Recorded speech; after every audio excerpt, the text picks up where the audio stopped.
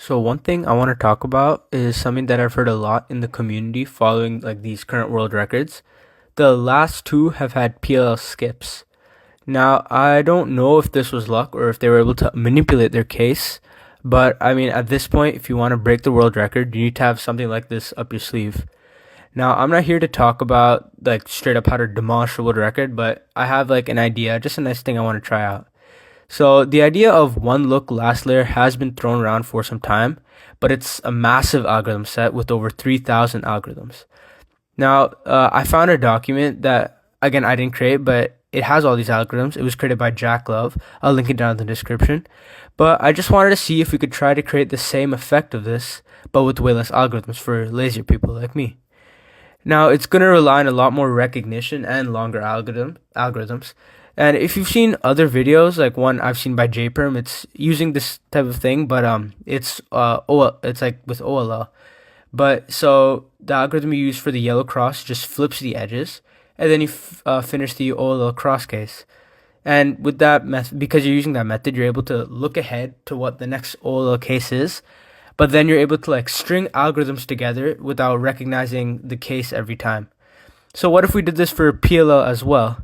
All it uses is the same method, except all the algorithms can't change the position of the pieces along with its orientation. So you can actually recognize the PLL all the way from the start.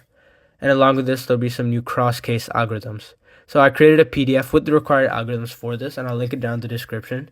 Yeah, I'm gonna need $500 per month if you want to use that. Also, just to clarify, we're using one look PLL. So let me know in the comments if you want me to make it have two look PLL, but I would recommend learning one look. So I'm just going to show you an example solve with this. So one last thing I wanted to talk about is ZBLL. So if you've heard of it, it's technically used in ZZ method, and it's part of a method called ZB. So ZBLL is where you basically do one look last layer, but it's a cross OLL case instead of like some random OLL. So in ZB method, there's another algorithm subset that's used when you're inserting the last pair to get the cross case so you can do a ZBLL. So this algorithm set is called ZBLS, but it's also another really big alg set.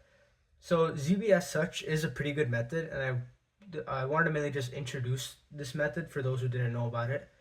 So maybe you'd want to try that out. But for like beginners, and by beginners I mean like people who already know CFOB but don't want to go all the way up to ZBLL, if you want to do this type of finish to your last layer, you could start with another more intuitive way of inserting your last pair so you get the ZBLL. Now there's another thing called VOC last slot, which I'm kind of doing, but I'm going to explain it a little bit differently in my own way, but it's extremely similar to VOC last slot. So essentially what you want to do is when you have that last pair, you want to reduce your top layer to these two cases.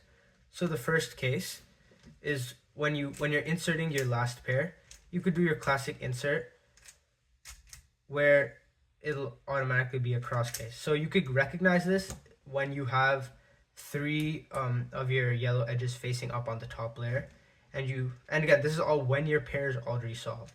So you know when you have this, when you finish your pair, or when you insert your pair, it's gonna be a cross, and then you could do your ZBLL.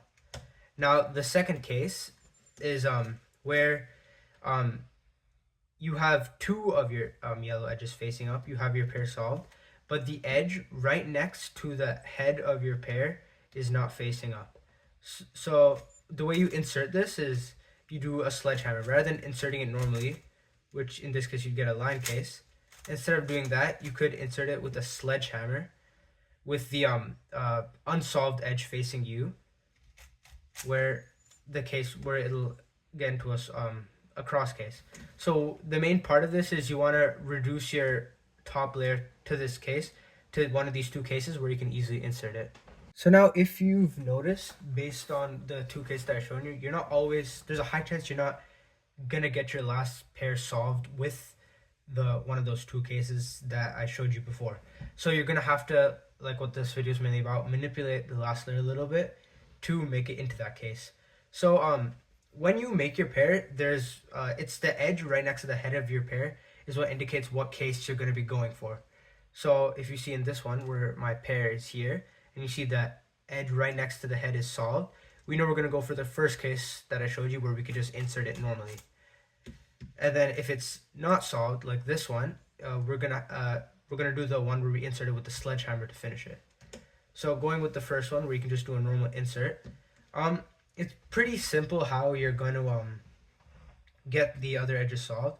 It's basically just if you see here the edge in the area where you're gonna insert your pair, you basically just want to move that to the top layer.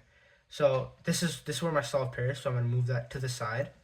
Now I'm gonna insert the edge here into the top layer, and then I'm gonna get the unsolved edge back down. Now we have one edge solved. Then now we want to move this solved edge into the solved spot, so we can move that out of the way and then put this back in. So we're gonna replace these two. So now the solved edge is back here.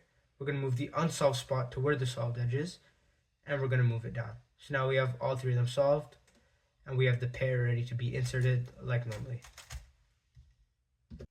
So this case, the sledgehammer case, where this one's unsolved next to the head, we can actually, this will actually be a little bit faster than the previous one.